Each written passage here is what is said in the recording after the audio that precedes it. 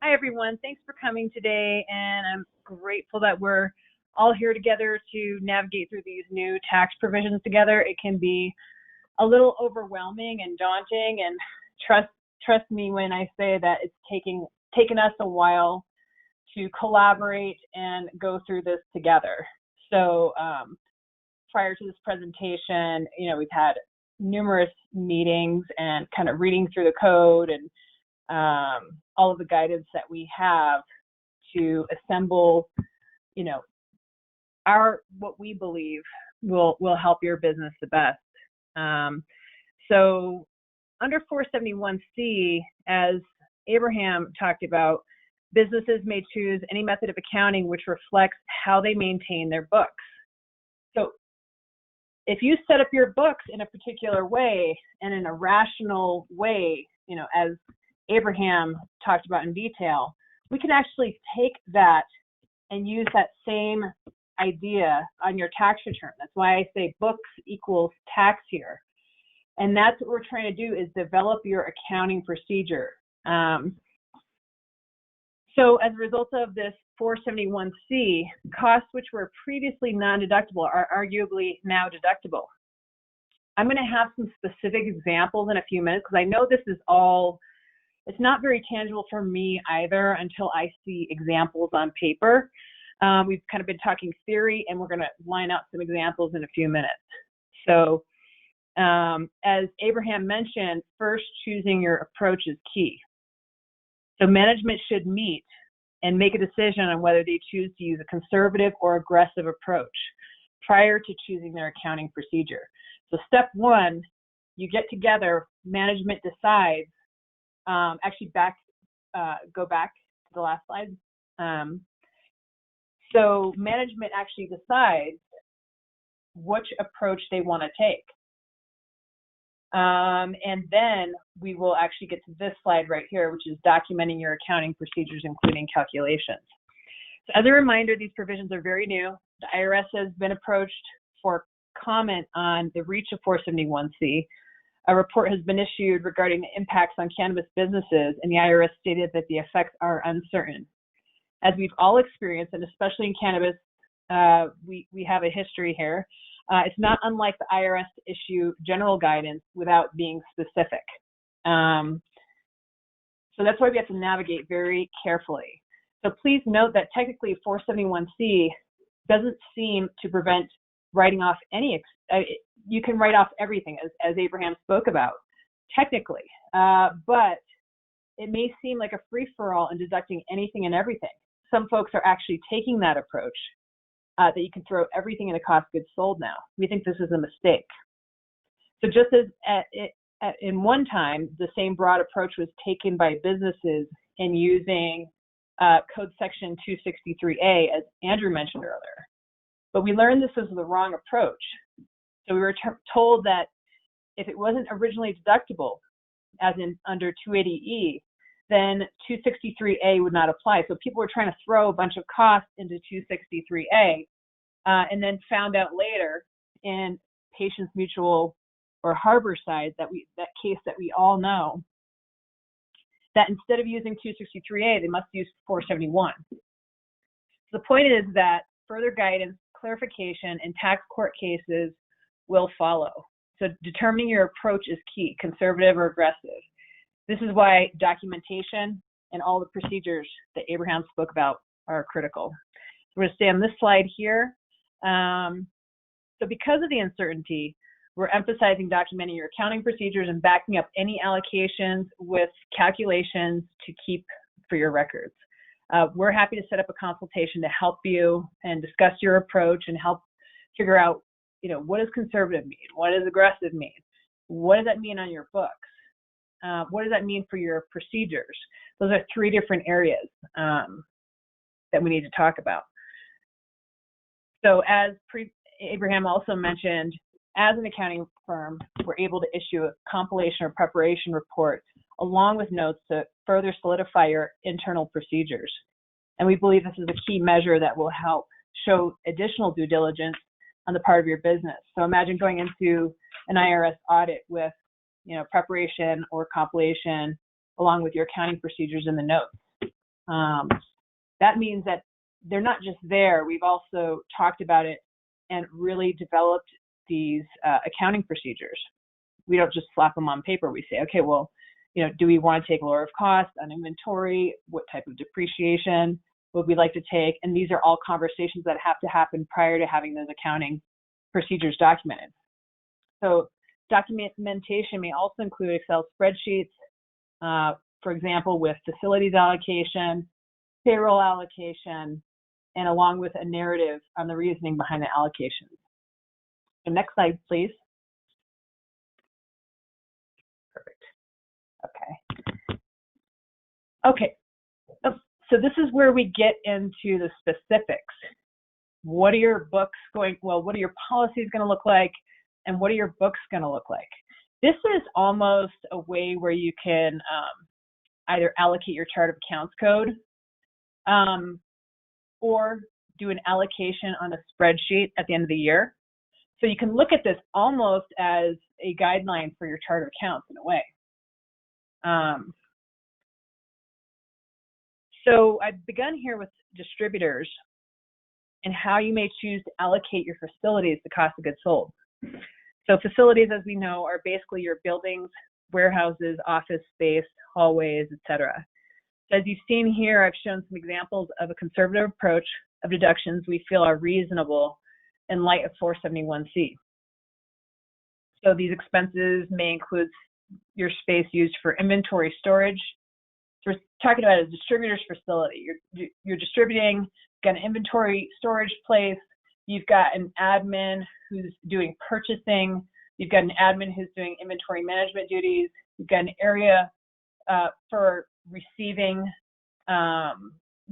goods, the shipping receiving area, and unloading dock.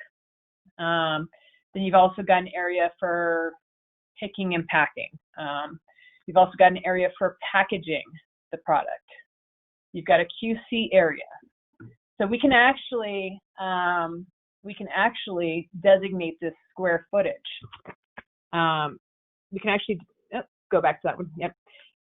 So we can actually designate your square footage based on these. You can do it in your chart of accounts and try to designate it out. Sometimes it's actually easier to just do an Excel spreadsheet at the end of the period. And that's something that we actually do already in a way when we're doing your tax return at the end of the year. We haven't been this aggressive with the 471C because this came out after Tax Cuts and Jobs Act.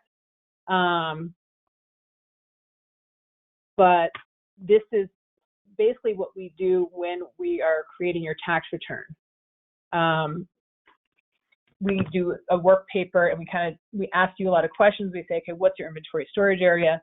And these are just some increased areas that we would actually ask for. It kind of expanded as opposed to what we would have asked for previously. Aggressive approach would say, let's throw everything in there, like Abraham was talking about. We could take the administrative costs, we'll take all the selling expenses, we'll take commissions. Commissions are a big one for distributors. Sales expenses, let's say trade shows. That would be aggressive. And that's really a choice that you have to make. Are you willing to risk that? Okay, cool. We'll go to the next slide.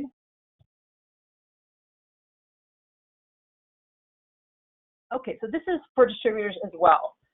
So this is a kind of an example, and this isn't, the final, but these are just some suggestions on wages and payroll allocation. So a conservative, we feel, reasonable approach would be to take your facilities manager, allocate a portion. We can actually allocate that person's salaries. Again, the picking, packing staff, warehouse staff, inventory management staff, purchasing, any kind of admin related to inventory. These are the types of wages, payroll, we're talking health insurance, we're talking workers' comp, even supplies, So we would go through your existing books and really pick them apart and either do it in the bookkeeping as you're working on the bookkeeping. It's a little bit more difficult to do that, or just do an allocation at the end of the year. And then we would generate your financials based on that and allocate to cost of goods.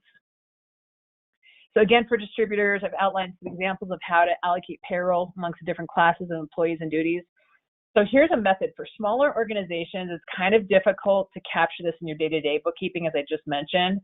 So we could just do the allocation at the year end when we prepare your tax return and take an overall percentage allocation based on a reasonable method of your choice and your risk tolerance, aggressive or conservative. For larger companies, you can actually get more sophisticated. So you can actually set up cost centers in your payroll. Most payroll services will allow you to have departments. You can set up different departments, say admin, purchasing, inventory management, and you can basically, tell your payroll service, here are the departments I want to use, and then you would actually allocate your employees into those areas. And so they'd have a general category. So when you see your payroll reports at the end of the period, they would come out under those cost centers there. And then you can actually even drill down a little bit further than that. This is a pain, but the more sophisticated that organizations become, they can start doing this method. So you can actually allocate cost codes so employees can punch in and punch out as they're performing different duties within any given day. For example, let's say you have an employee who's counting inventory half the day, then switches to a completely separate function such as making calls to customers for order management. They can punch out from the inventory cost function on the time clock or biometric scanner, and then they can punch in as a sales type cost code for the next part of their day. And it's a pain, but if you want to get really specific, that is a great way to do it. Obviously, it's very difficult to do that when people are jumping from one thing to the other, multiple times in a given day. But there's ways to kind of work around that as well. You can override the time clock at the end of the day, or the manager could, and say, okay, we're going to delegate half the day to one function, half the day to the other, or whatever they feel is reasonable. So keep in mind that this can become cumbersome and is sometimes unrealistic. So it's based on your company's organizational structure and practices and what you're able to attain within your structure. Let's go to the next slide. Okay, so this is retailers, dispensaries. I don't have a lot of time to go through this, but you can kind of see it's the same idea. You can take a conservative approach. We'll take your facilities, allocate the storage, freight in, shipping area, unloading, and the list is all here. We'll be posting this list a little bit later on, so you can actually revisit it. But this is just an idea of the types of things that we'd be looking for retailers. And let's not forget that we can also use this for cultivators as well, and everybody along the vertical, because even in cultivation, there are admin costs that normally would not be deductible because of 280E. So for everybody along, in every aspect of the business, we'll be looking at this. And so next slide, please. Okay, so this is also for retailers, wages. One of the things is, in a lot of dispensaries, bud tenders tend to do quite a few different things. Sometimes they're just selling to consumers, but sometimes they're actually helping to receive the product, counting it, doing all sorts of inventory functions, recording it in the POS system, receiving it. And so we can actually take some of those wages and allocate some of that to inventory management under a conservative approach. Under aggressive approach, you throw it all the bud tenders' wages under cost of goods sold. And then let's go to the next slide. So this is something that we will do on your behalf.